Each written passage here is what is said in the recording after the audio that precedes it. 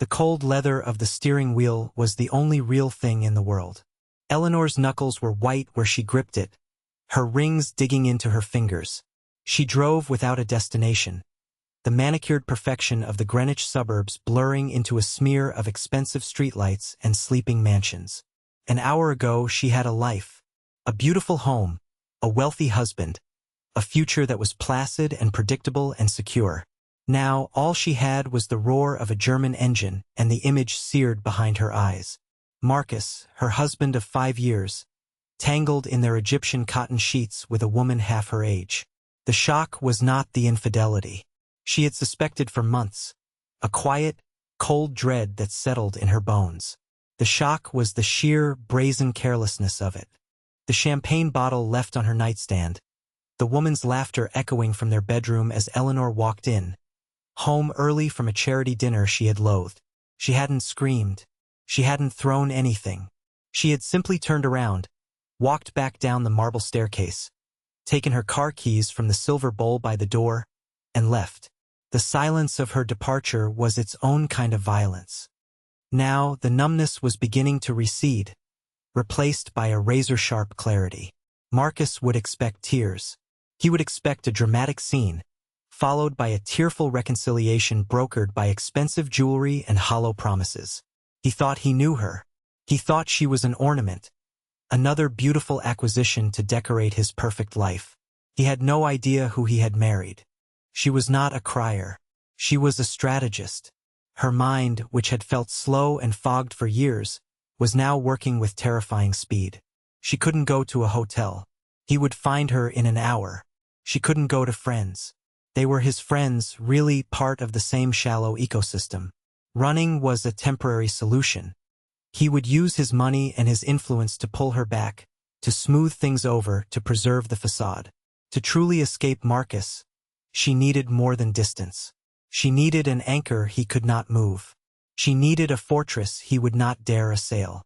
An idea, cold and terrifying and utterly insane, began to form in her mind. A name Marcus had mentioned once, his voice a mixture of fear and grudging respect. A name tied to a world of shadows and steel, a world that operated on a completely different set of rules. She took the next exit, turning the car away from the sterile glow of the suburbs and heading toward the grit and concrete of the city. She was not running from her husband anymore. She was driving toward his worst nightmare. The social club didn't have a sign. It was just a dark brick facade on a quiet street in the Bronx, the windows blacked out, a single heavy oak door the only entrance. Eleanor parked her gleaming convertible 2 blocks away, the car an alien vessel in this neighborhood of worn sedans and work trucks. She smoothed down her silk dress, the garment a mocking reminder of the life she had just abandoned. Taking a deep breath, she walked to the door and knocked. A small slot slid open, and a pair of dark, suspicious eyes peered out. "We're closed," a gruff voice said. "I'm here to see Nico Falcone," Eleanor said, her own voice steady, betraying none of the frantic energy thrumming beneath her skin. "I have a message from Marcus Thorne." The mention of her husband's name was a calculated risk, a key to open a door she had no business walking through. The slot slammed shut. For a long moment, nothing happened. She stood on the empty sidewalk, the city's hum a distant soundtrack. She was about to turn away, to dismiss the entire mad plan, when the heavy sound of bolts being drawn echoed from within. The door swung inward, revealing a mountain of a man in a tight black shirt. He jerked his head, a silent command to enter. The air inside was thick with the scent of cigar smoke, old leather, and something else. Power. It was a quiet, watchful place. A few men sat at scattered tables, nursing drinks, their conversations ceasing the moment she stepped inside. They didn't stare openly, but she felt their eyes on her, a physical weight. The bouncer led her past the main room, down a short hallway, and stopped before another door. He knocked once, then opened it and gestured for her to go in. The room was a private office, paneled in dark wood. A large mahogany desk dominated the space, and behind it, a man sat in a high-backed leather chair, his form silhouetted against the dim light from a desk lamp. He did not get up. He did not speak. He simply watched her approach, his stillness more intimidating than any overt threat. This was Nico Falcone. She knew it instantly. He was younger than she expected, perhaps in his late 30s, with sharp, severe features and dark hair cut short. He wore a perfectly tailored suit, the color of charcoal, and on the little finger of his right hand, a heavy gold signet ring caught the light. His hands rested on the desk, one on top of the other, perfectly still. "Mr. Falcone," Eleanor began, her voice a cool, even tone she didn't recognize as her own. "My name is Eleanor Thorne. My husband is Marcus Thorne." He inclined his head, a minuscule movement. "I know who you are," he said. His voice was low, a gravelly baritone with no discernible accent. It was the voice of a man who was accustomed to being listened to. "You used his name to get in my door. A bold move, or a foolish one. Which is it?" Eleanor walked closer until she was standing directly in front of the desk. She met his gaze without flinching.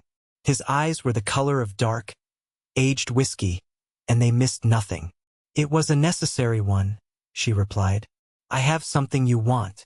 Or rather, I can get it for you." A flicker of something that might have been interest crossed his features.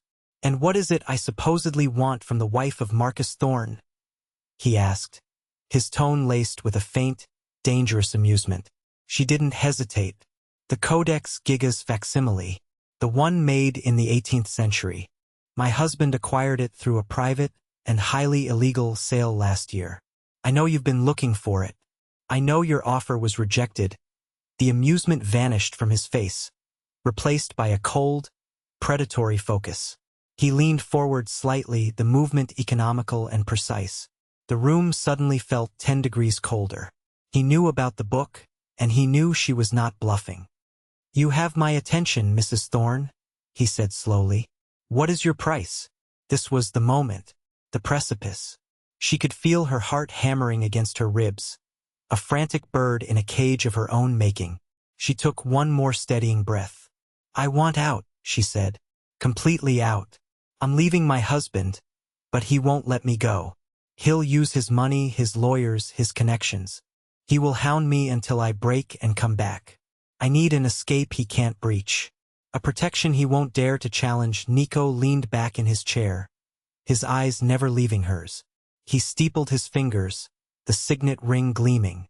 "Protection can be arranged," he murmured. "For a price. I'm not talking about bodyguards," Eleanor stated, her voice dropping, becoming more intense. "I'm talking about something permanent, something absolute. I want your name." The silence that followed was profound. It stretched and thickened, filling every corner of the room. Nico Falcone's expression was utterly unreadable, a mask of carved stone. She had expected him to laugh, to dismiss her, to have her thrown out. He did none of those things. He simply watched her, his mind clearly working behind those impenetrable eyes, weighing her, measuring her audacity. He was calculating the value of her offer against the sheer insanity of her request. "A marriage," he finally said, the words more a statement than a question. "You want to marry me, a stranger, a man you know nothing about except for whispers and rumors. I know that you are the only man in this city that Marcus fears," she said simply. "That's all I need to know. It would be a contract, a business arrangement. I provide you with an object you greatly desire. In return, you provide me with a new identity, a new life, one so ironclad that my husband becomes a ghost. Your wife would be untouchable." He was silent for another long minute. She could hear the faint ticking of a clock somewhere in the room, each tick a hammer blow against the tension. "You would trade one cage for another," he said, his voice flat. "You don't know what you're asking for." "I know exactly what I'm asking for," she countered. "I am trading a gilded cage for a steel one. At least steel is honest about what it is." A slow, dangerous smile touched the corner of his mouth. It did not reach his eyes. "And the book? You're certain you can acquire it?" "I was his wife for 5 years. I decorated his home. I organized his life. I know the code to his private vault. I know the security guard's schedule. I know his every weakness. I can have it in your hands within 48 hours. He considered her, his gaze sweeping over her, from her determined expression to the expensive but simple jewelry at her throat. He was seeing more than just a scorned wife. He was seeing a tool, a weapon. All right, he said, the word landing with the finality of a judge's gavel. We have a deal, but on my terms. Which are? Eleanor asked, keeping her relief locked down tight. The wedding is tomorrow, he said, his eyes hard. Noon. A judge I know. After, you will get the book. Not before. The contract is sealed when you deliver the merchandise. Until then, you are my wife in name only, and you will do exactly as I say. Do you understand? She did. It was a test of her resolve, her commitment to this insane path. He was giving her one last night to reconsider, to run back to the life she knew. I understand, she said, her voice unwavering. Good, Nico Falcone said, rising from his chair for the first time. He was taller than she'd thought, broad-shouldered and radiating an aura of absolute authority. He moved like the room owed him space. My man will take you to a hotel for the night. You will not contact anyone. You will not use your phone or your credit cards. Tomorrow your old life ends. The wedding was as sterile and cold as a surgical procedure. It took place in the dusty back office of a downtown courthouse, presided over by a weary judge who looked like he had seen too much and was paid well not to ask questions. Eleanor wore a simple navy dress she had been given that morning. Nico stood beside her in another impeccable dark suit. The only witnesses were two of his men, their faces impassive, their posture rigid. They looked less like wedding guests and more like prison guards. Nico's hand was a warm, heavy weight on the small of her back as she signed the marriage certificate. Her new name, Eleanor Falcone, looked foreign and unreal on the page. There were no vows, no rings exchanged beyond the legal necessity. The judge mumbled the requisite phrases, stamped the document, and it was over. She was married. Again. As they walked out into the harsh afternoon light, Nico handed her a new phone. This is your only line of communication, he said. The numbers you need are already in it. Your old life, your old phone, they no longer exist. He led her to a black sedan with tinted windows, a different car from the night before, and they drove in silence. She had expected to be taken to some gaudy mansion, some cliché of mob wealth. Instead, they pulled up to a sleek, modern high-rise in the heart of the city. They took a private elevator directly to the penthouse. The apartment was vast and minimalist, a study in glass, steel, and shades of gray. Floor-to-ceiling windows offered a breathtaking, panoramic view of the entire city, laid out below them like a map. It wasn't a home. It was a watchtower, a fortress in the sky. These are the rules, Nico said, turning to face her as the elevator doors slid shut behind them. You live here. You do not leave this apartment without my permission and without one of my men. You will have access to an account for whatever you need within reason. My staff will see to your meals. In public, you are my wife. You will be respectful. You will be loyal. In private, we are what we are, parties to a contract. Is that clear? Perfectly, Eleanor said, her voice cool. She walked to the immense window, looking down at the city. From up here, everything seemed small, insignificant. Even Marcus's sprawling estate was just a tiny speck lost in the distant green of the suburbs. Then your part of the bargain begins now, he said. Tell me how you're going to get the book. She turned from the window, her mind already shifting back to the cool, precise logistics of the theft. She laid out the plan for him. The security system's blind spots, the override codes she had memorized, the precise window of opportunity on Thursday night when Marcus would be at his weekly poker game and the on-site guard would be making his rounds on the far side of the property. Nico listened without interruption, his expression unreadable. When she finished, he nodded slowly. It's a sound plan, he admitted, but you won't be going alone. 2 nights later, she was back at the house she once called home, though this time she entered like a thief.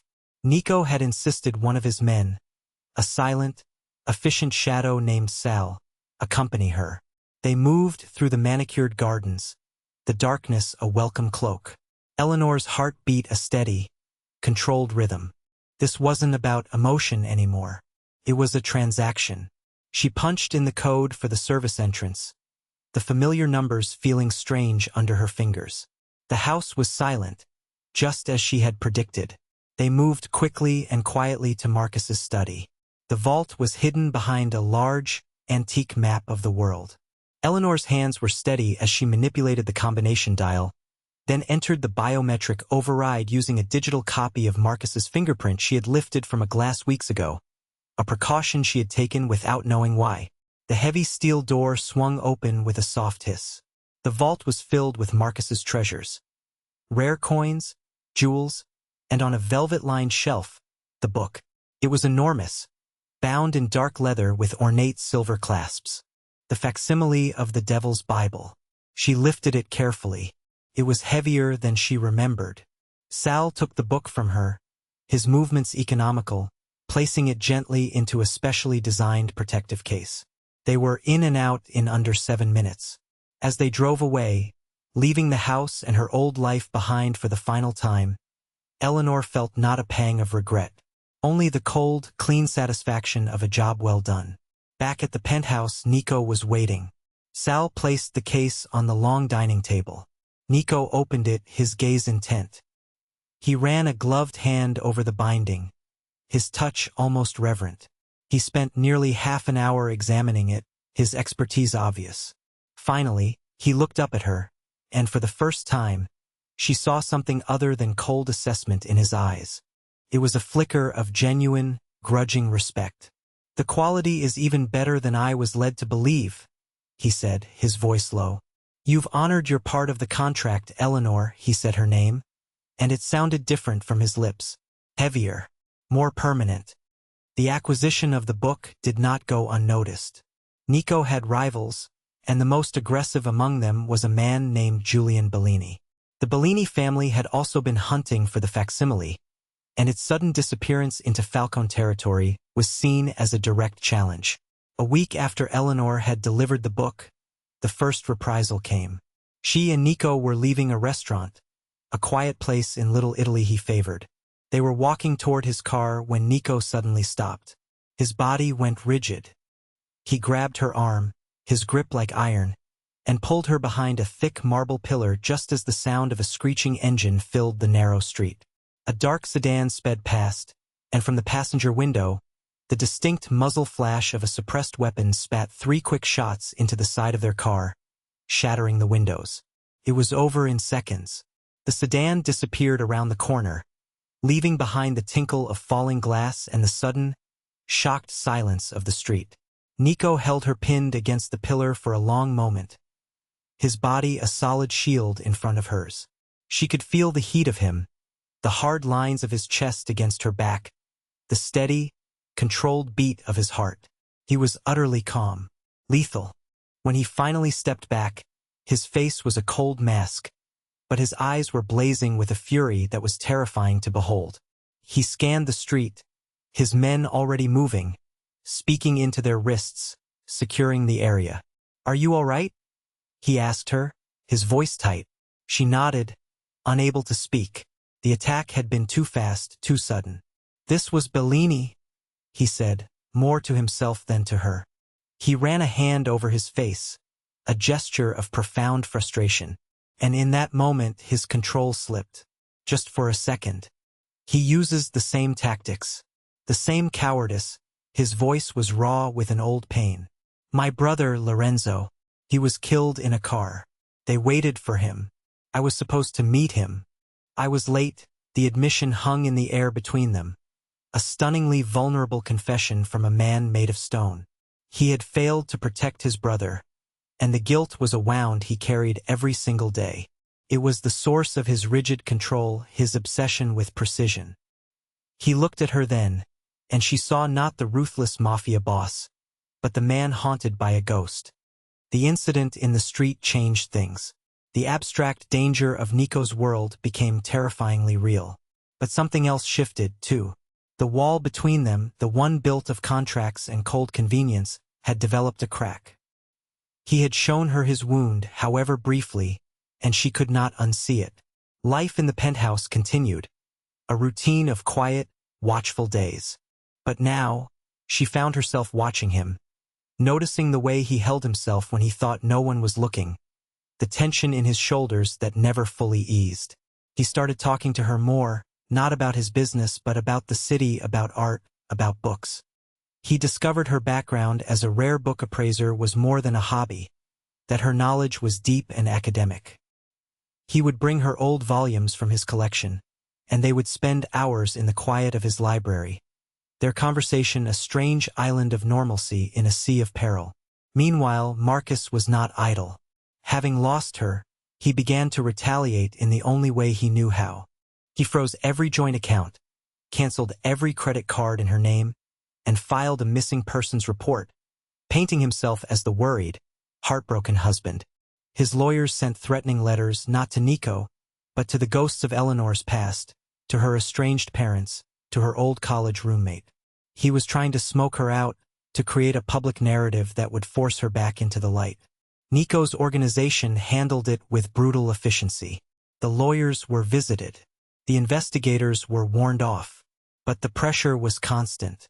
One evening, Nico came into the library where she was reading. He stood before her, his expression serious. "This is becoming more complicated than I anticipated," he said. "Thorn is a pest, but he has resources. He's making noise. It draws attention we don't need." He paused, his gaze steady. "I can make this all go away. For you. A new identity, a passport, a bank account in a country that doesn't extradite. You can walk away from him and from me. You would be free." It was a genuine offer. An exit. The end of the contract. Fulfilled.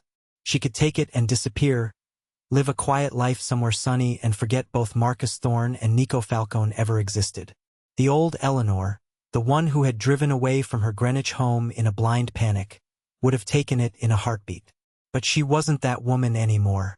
She looked at the man standing before her, the man who shielded her with his own body, the man who carried the ghost of his brother in his eyes. She thought of Marcus and his petty, cruel campaign to reclaim her like a lost object. A cold resolve settled in her. "No," she said, her voice quiet but firm. "I'm not running anymore." She stood up, closing the book and placing it on the table. "He started this. We're going to finish it. I am Eleanor Falcone now. It's time he learned what that means." Nico watched her, and a slow, almost imperceptible change occurred in his expression. The offer had been a final test, and she had passed. Her decision to stay was a declaration of war. If she was going to be Eleanor Falcone, she would not be a passive queen in a gilded tower. She would be a participant. She spent the next 2 days combing through her memory, through every conversation, every document, every casual remark she had ever heard Marcus make about his business. She had managed his social calendar, but she had also, out of boredom, organized his digital files. She knew his offshore holding companies, the convoluted ways he moved money to avoid taxes and hide assets. She had always seen it as a distasteful but legal gray area. Now she looked at it with new eyes, with Nico's eyes. Late one night, using a secure laptop Nico provided, she accessed a series of encrypted cloud servers Marcus used, employing old passwords he had been too arrogant to change. And there it was. Not just tax avoidance. Outright fraud. A massive scheme involving forged provenance documents for art he sold, creating phantom assets to secure loans. It was enough to send him to prison for decades. Her hands trembled slightly as she downloaded the files. This was a line she had never imagined crossing. This wasn't just leaving her husband. This was destroying him. She copied the data onto a single, unmarked flash drive. The next morning, she found Nico in his office, the same room where she had first made her desperate bargain. He was on the phone, his voice low and commanding. He saw her enter and ended the call immediately. "What is it?" he asked. She said nothing. She simply walked to his desk and placed the small flash drive on the polished mahogany surface between them. "This is everything," she said. "His art fraud. His shell corporations. The real ledgers. It's all there. Enough to guarantee a federal investigation that will strip him of everything he owns." Nico looked from the drive to her face. He didn't touch it. He understood instantly what she had done, and what she was giving him. It was a weapon of absolute destruction. A tool of a different sort than the book. This was personal. It was ruthless, and she had brought it to him. "You're giving this to me," he stated, his voice quiet. "Instead of the authorities." "The authorities are slow," she said, her voice cold. "And they play by rules Marcus knows how to bend. You don't." She had just handed him the power to annihilate her former life, and in doing so had irrevocably tied her fate to his. She had crossed a moral boundary and stepped fully into his world. He held her gaze for a long time, and in his eyes, she saw not just respect, but something deeper, a recognition. He had found his equal. Nico didn't use the information to call the FBI. That would be too messy, too public. Instead, he made a single phone call. The next evening, a black car arrived for them. "Where are we going?" Eleanor asked as she fastened a string of pearls around her neck, a gift from Nico that had appeared on her dresser that morning. "To end this," he said simply. He led her to a private room in a high-end steakhouse in Midtown, a place so old and established it reeked of quiet power. The room was empty except for a single table set for three. A few minutes later, the door opened, and Marcus Thorne walked in. He stopped dead when he saw her sitting next to Nico Falcone. The color drained from his face. He looked haggard, his expensive suit rumpled, his usual arrogance completely gone. He looked like a man who had been hunted. "Eleanor," he breathed, his voice a shocked whisper. "Sit down, Marcus," Nico said, his tone utterly devoid of emotion. He gestured to the empty chair. Shakily, Marcus sat. He couldn't take his eyes off Eleanor. "What is this? What have you done?" he stammered, looking at Nico. Nico ignored him. He looked at Eleanor. "This is your meeting," he said quietly. "You tell him the terms." It was a transfer of power so absolute it left her breathless. He wasn't saving her. He was empowering her. She looked across the table at the man who had shattered her life, who had tried to cage her with his wealth and influence. She felt no fear, no anger, only a vast, cold distance. "It's very simple, Marcus," she began, her voice as calm and clear as a winter morning. "You're going to stop. You will withdraw the missing persons report. You will instruct your lawyers to stand down. You will cease all attempts to contact me, or anyone I have ever known. For the rest of your life," he scoffed, a pathetic attempt at his old bluster. "You can't be serious. You're my wife." "No," Nico interjected, his voice soft but carrying the weight of a death sentence. "She is my wife." He slid the small flash drive across the table. He came to a stop in front of Marcus's water glass. "Your wife," Nico continued, "was kind enough to provide me with your real business records, the ones concerning the art sales to the consortium in Dubai, the ones detailing the collateral for your loans from Deutsche Bank." A fascinating read. Marcus stared at the flash drive as if it were a scorpion. The last vestiges of his bravado crumbled. He understood. He was ruined. "What do you want?" he whispered, his voice hoarse. "She told you," Nico said. "You will disappear from her life. You will also sign over the deed to the Southampton house and transfer the contents of your Cayman account to a holding company I've established. Consider it compensation for the inconvenience." Marcus looked at Eleanor, his eyes pleading. "Ellie, please." She met his gaze, and he saw nothing of the woman he thought he knew. He saw only the reflection of the cold, dangerous man sitting beside her. She gave a slight, almost imperceptible shake of her head. It was over. Broken. Marcus nodded. "All right," he whispered. "All right." They drove back to the penthouse in silence. The city lights spread out before them, a carpet of glittering diamonds. The threat was gone. Marcus was neutered, a ghost who would haunt her no more. The contract was, in every sense, complete. She had delivered the book. He had provided the protection. The debt was settled. She walked over to the vast window, looking down at the world that had once been her prison. Now it just looked distant. Nico came to stand beside her, the scent of his cologne, sandalwood and something uniquely him, wrapping around her. The silence between them was different now.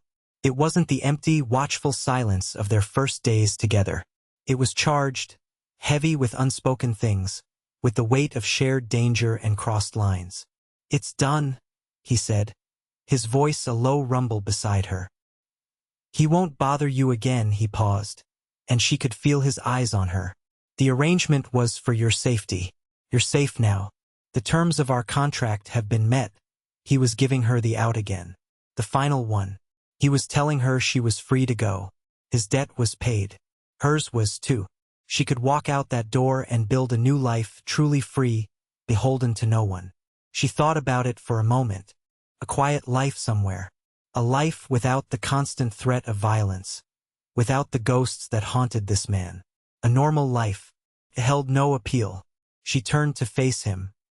He stood there, a man forged in darkness and discipline, who had seen the steel in her and had not tried to bend it, but to sharpen it. He had given her a weapon and trusted her to wield it. In his world of lies and betrayal, he had been utterly, terrifyingly honest with her. She told herself it was survival. She told herself it was a transaction. But looking at him now, at the unreadable expression in his dark whiskey eyes, she knew it had become something more. She did not answer him with words. Words were for contracts. This was something else. Slowly, deliberately, she reached up and straightened the collar of his shirt, her fingers brushing against the warm, strong column of his throat. It was an intimate, proprietary gesture. An answer without language. His eyes darkened, a flare of heat in their depths. He did not move, did not pull away. He simply watched her, a silent acknowledgement passing between them. She did not remove her hand. She was not leaving. The marriage had been a contract signed in desperation. Now, in the quiet of the fortress in the sky, it was about to become a choice. And they both knew, in that echoing silence, that this choice would be more binding than any law, more permanent than any vow. This was not an ending. It was a beginning, earned.